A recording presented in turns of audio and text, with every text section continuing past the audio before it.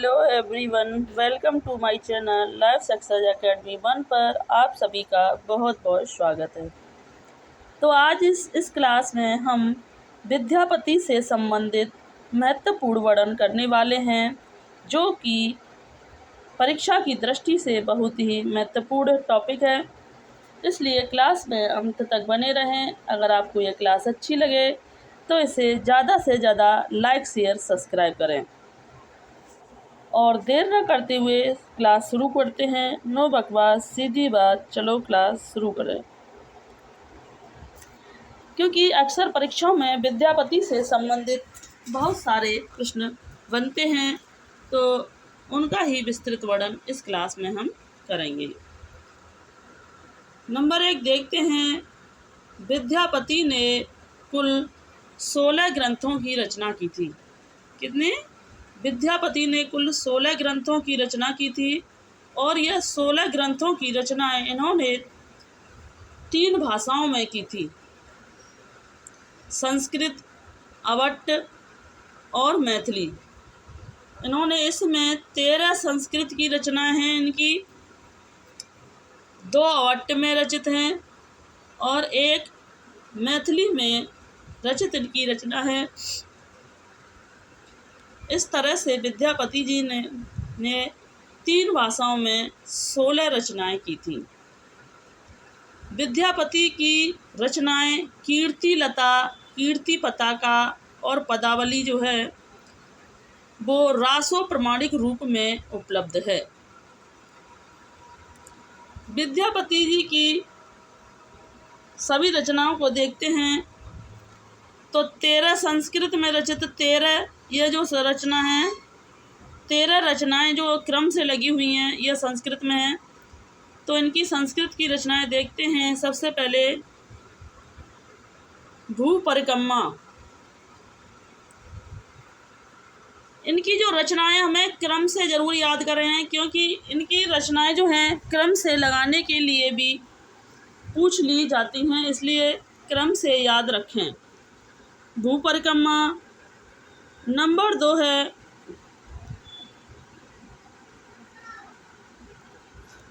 Number 1 भू परिक्रमा।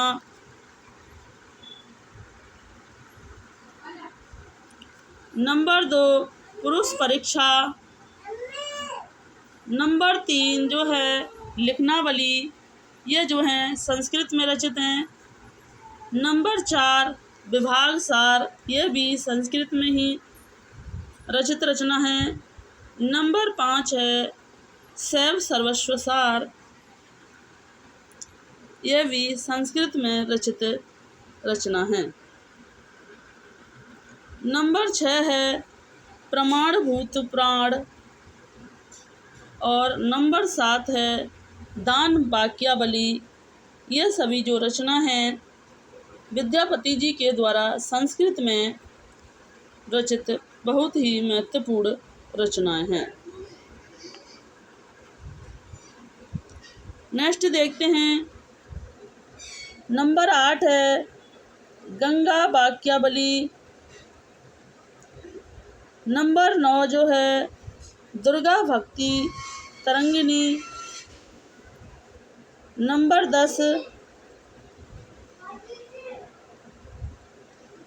10 है गया पतलक।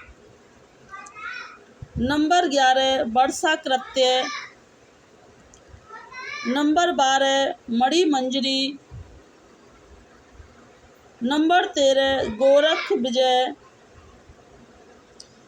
ये 13 जो रचनाएं हैं, शुरुआत की 13 रचनाएं जो हैं, यह सभी संस्कृत भाषा में रचित रचना हैं। यहाँ से देखते हैं कीर्ति लता। कीर्ति लता जो है यह अवट्ट में रचित रचना है, और कीर्ति पताका यह भी अवट्ट में रचित रचना है। नंबर 16 है पदावली। पदावली जो है यह मैथिली भाषा में रचित रचना है। किसमें? तो 13 रचनाएं जो हैं इनकी संस्कृत में रचित रचना हैं। कीर्ति पताका और कीर्ति लता जो है यह अवट्ट में रचित रचना है और पदावली जो है इनकी मैथिली में रचित रचना है।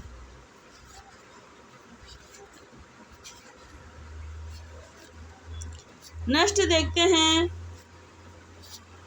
कि विद्यापति को जो है वो विभिन्न उपनामों से जाना जाता है, जिन्हें कहते हैं मैथिल कोकिल,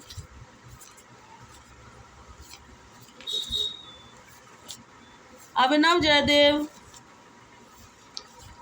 मैथिल कोकिल, कवि शेखर, अभिनव जयदेव, कवि रंजन, कवि कंठाहार आदि उपनामों से विद्यापति को जाना जाता है।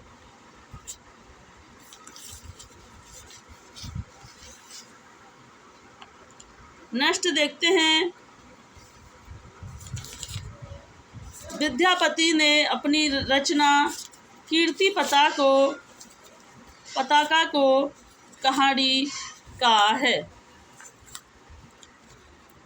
क्या कहा है? विद्यापति ने अपनी रचना कीर्ति पताका को कहानी कहा है।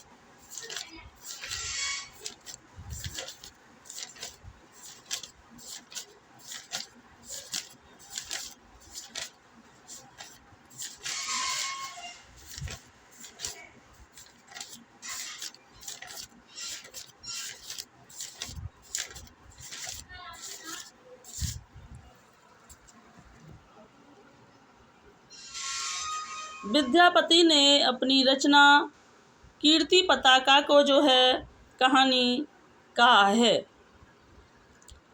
नेक्स्ट देखते हैं विद्यापति कीर्ति लता ऐतिहासिक महत्व का प्रबंध काव्य है। क्या है?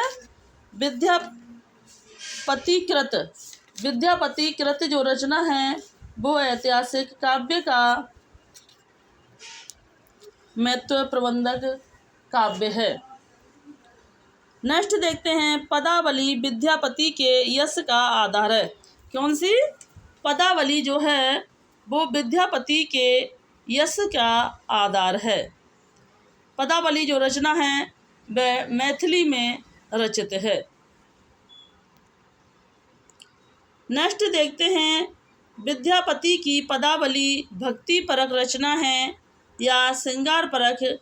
इस बात को लेकर क्या है, काफ़ी विवाद बना हुआ है। विद्यापति की जो रचना भक्ति परक रचना है या श्रृंगार परक रचना, इस बात को लेकर विभिन्न कवियों में मतभेद बना हुआ है। देखते हैं श्रृंगार कवि मानने वाले। तो विद्यापति को श्रृंगारी कवि मानने वाले कौन कौन से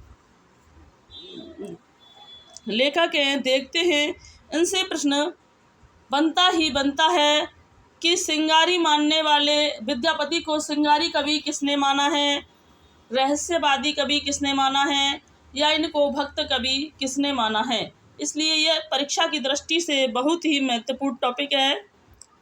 तो श्रृंगारी कवि जो मानने वाले हैं विद्यापति को, वह हैं हरप्रसाद शास्त्री जी ने विद्यापति को एक श्रृंगारी कवि माना है। रामचंद्र शुक्ल ने भी विद्यापति को जो है वो श्रृंगार की कवियों की श्रेणी में माना है। सुभद्रा झा ने भी विद्यापति को जो माना है वो एक श्रृंगारी कवि माना है।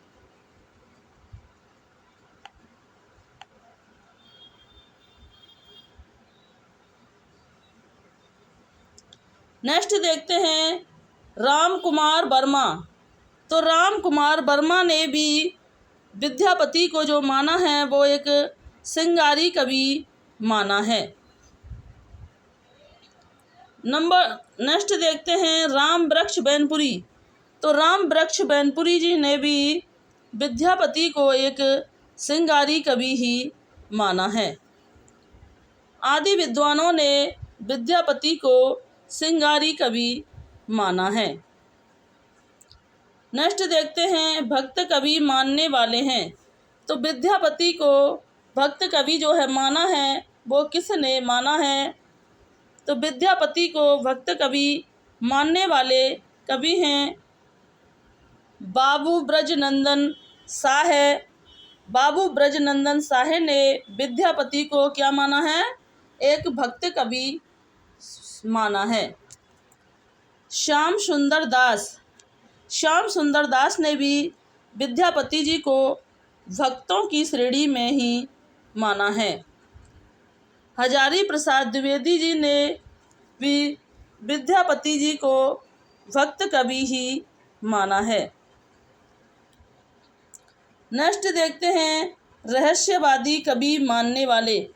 तो रहस्यवादी कवि मानने वाले जो लेखक कौन कौन से हैं, देखते हैं विद्यापति को रहस्यवादी किस किस ने माना है। तो देखते हैं ग्रियर्सन। तो ग्रियर्सन ने जो विद्यापति को रहस्यवादी कवि माना है। कैसा माना है? विद्यापति को ग्रियर्सन ने रहस्यवादी माना है। नागेंद्र नाथ गुप्त ने भी विद्यापति को रहस्यवादी माना है और जनार्दन मिश्र आदि ने भी विद्यापति को रहस्यवादी माना है। नेक्स्ट देखते हैं, मिथिला में विद्यापति को कोई वैष्णव नहीं मानता और ना ही भक्त कहता है। क्या कहता है? मिथिला में विद्यापति को न तो कोई वैष्णव मानता है और ना ही इन्हें कोई भक्त कहता है। और विद्यापति कृत जो कीर्ति लता रचना है, इसमें ऐतिहासिक महत्व का प्रबंध काव्य है। इसके अंतर्गत कीर्ति सिंह के द्वारा अपने पिता का बदला लेने का वर्णन किया गया है। इसमें कवि ने जौनपुर नगर का यथार्थ वर्णन किया है। कीर्ति पता का अभी तक सूचना मात्र रचना है। नेक्स्ट देखते हैं, रामचंद्र शुक्ल के अनुसार। रामचंद्र शुक्ल का कथन है कि विद्यापति के पद अधिकतर श्रृंगार के हैं। यहाँ पर रात डबल टाइप हुआ है कि विद्यापति के पद अधिकतर श्रृंगार के ही हैं, जिनमें नायिका और नायक राधा कृष्ण हैं। विद्यापति को कृष्ण भक्तों की परंपरा में नहीं समझना चाहिए। यह रामचंद्र शुक्ल जी का जो यह कथन है, यह परीक्षा की दृष्टि से बहुत ही महत्वपूर्ण है और यह विभिन्न परीक्षाओं में पूछा गया कथन भी है कि किसने कहा था कि विद्यापति को कृष्ण भक्तों की परंपरा में नहीं समझना चाहिए। तो यह कथन रामचंद्र शुक्ल जी का है कि विद्यापति को कृष्ण भक्तों की परंपरा में नहीं समझना चाहिए। नेक्स्ट देखते हैं, निराला ने विद्यापति की पदावली के श्रृंगारिकता पदों की मादिकता को नागिन की लहर का है। यह कथन भी परीक्षा की दृष्टि से बहुत ही महत्वपूर्ण है कि निराला ने क्या कहा है? निराला ने विद्यापति की पदावली के श्रृंगारिक पदों को, निराला ने विद्यापति की पदावली के श्रृंगारिक पदों को नागिन की लहर का है। यह भी कथन विभिन्न परीक्षाओं में पूछा गया बहुत ही महत्वपूर्ण कथन है। यह पूछा भी जाता है कि विद्यापति की पदावली को नागिन की लहर किसने कहा है? तो इसे नागिन की लहर निराला जी के द्वारा कहा गया है। नेक्स्ट देखते हैं, हजारी प्रसाद द्विवेदी। तो हजारी प्रसाद द्विवेदी जी ने विद्यापति को श्रृंगार रस का सिद्धवादक कवि कहा है। क्या कहा है? हजारी प्रसाद द्विवेदी जी ने विद्यापति को क्या कहा है? विद्यापति को श्रृंगार रस का सिद्धवादक कवि का है। नेक्स्ट देखते हैं, हिंदी में विद्यापति को कृष्ण गीति परंपरा का प्रवर्तक माना जाता है। क्या माना जाता है? हिंदी में विद्यापति को जो है कृष्ण गीति परंपरा का प्रवर्तक कवि माना जाता है। बंगाल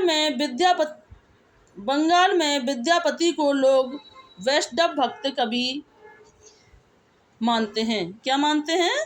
बंगाल में जो है विद्यापति को लोग वैष्णव भक्त कवि मानते हैं। तो आज की इस क्लास में हमने 15 मिनट में विद्यापति से संबंधित जितने भी महत्वपूर्ण प्रश्न बनते हैं या बनेंगे उस सभी को इसमें हमने शामिल किया है, और यह सभी जो प्रश्न हैं परीक्षा की दृष्टि से बहुत ही महत्वपूर्ण हैं और इनसे से ज़्यादा प्रश्न पूछे ही जाते हैं। इसलिए इस क्लास को ज़्यादा से ज़्यादा लाइक, शेयर, सब्सक्राइब करें और हमें कमेंट करके ज़रूर बताया करें कि यह क्लास कैसी रही। तो आज की इस क्लास को हम यहीं समाप्त करते हैं और फिर कल नए टॉपिक के साथ आएंगे। Thanks for watching this video. जय हिंद, जय भारत।